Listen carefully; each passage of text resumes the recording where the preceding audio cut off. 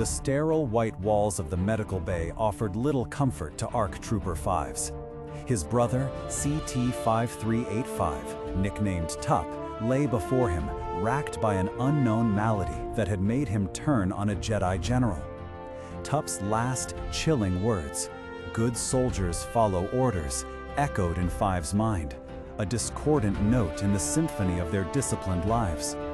This wasn't merely a medical mystery. It felt like a broken melody, a corrupted code within the very core of their being. Fives knew, with a certainty that chilled him to the bone, that something was profoundly wrong.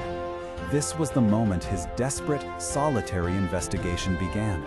An investigation that would unveil a truth so horrifying it threatened to unravel the very fabric of the Republic. Fives, a soldier forged for loyalty and obedience, found himself on a collision course with the very foundations of his existence. Tup's disturbing outburst had led to his immediate quarantine and eventual unsettling death. The official explanation was a rare, aggressive virus, but Fives wasn't convinced. He observed strange anomalies, unsettling shifts in behavior, and a deep, systemic cover-up. Driven by an unwavering loyalty to his brothers and an innate sense of justice, he delved into the dark corners of Camino, the cloning facility, pursuing every lead, every whisper, every piece of data he could steal or interpret.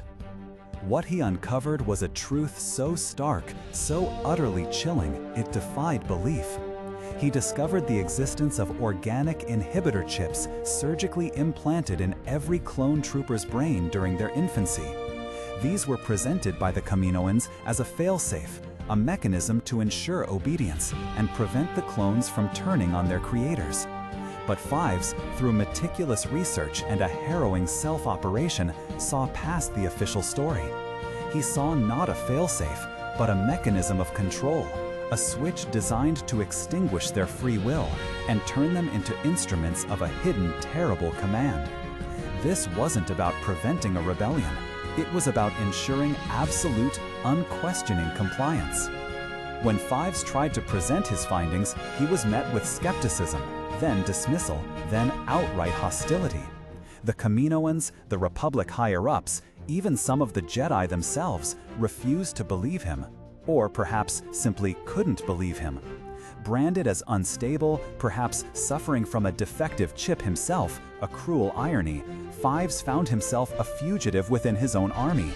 His desperate pleas falling on deaf ears, his every move scrutinized.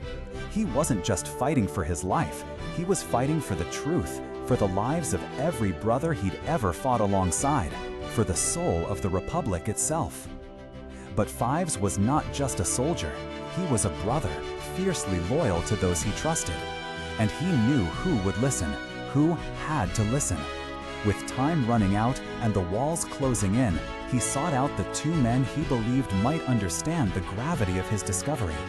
Captain Rex, his steadfast comrade, and a clone who often questioned orders himself, and General Anakin Skywalker, the maverick Jedi who often defied convention and trusted his instincts. The scene that unfolded was fraught with tension, a desperate gamble in the heart of Coruscant. Fives, disheveled and agitated, confronted them, his voice raw with urgency and fear. "It's a conspiracy," he pleaded, his eyes wild with desperate conviction.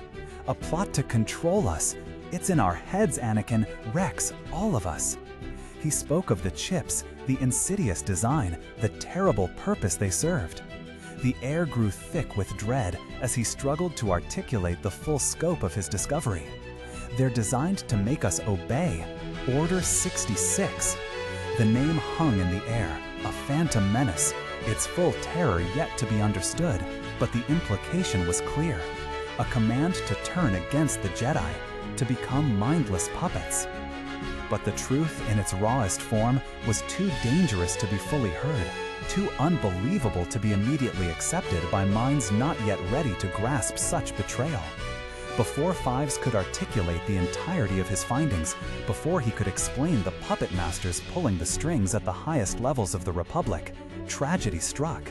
Commander Fox and the Coruscant Guard burst in, their weapons raised, having been alerted to Five's location. In the chaotic, heart-wrenching moments that followed, Fives, cornered and desperate, lashed out, a cornered animal fighting for its life and for the truth.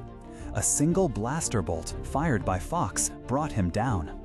He collapsed into Captain Rex's arms, his life ebbing away amidst a torrent of unfinished words and unheeded warnings. "Rex, this is bigger than any of us," he whispered, his eyes fixed on his brother.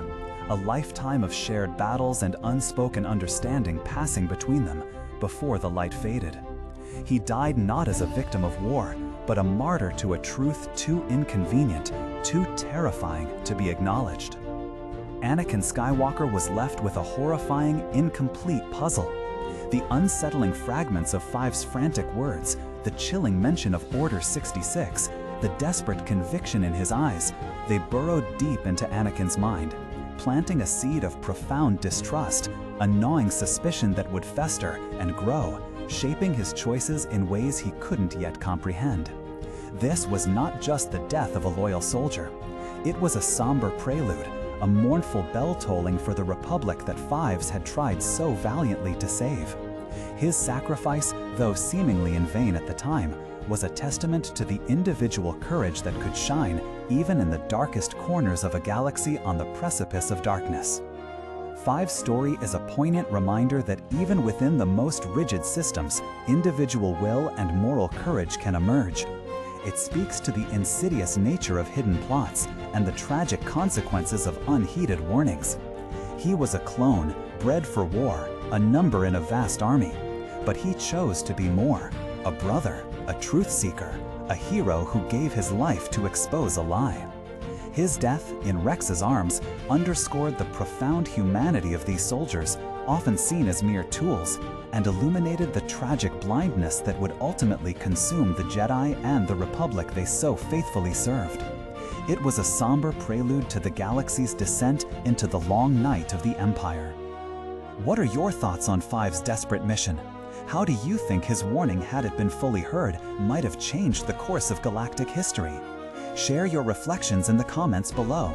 And if this story resonated with you, consider subscribing or following for more deep dives into the lore and lessons of the galaxy far, far away.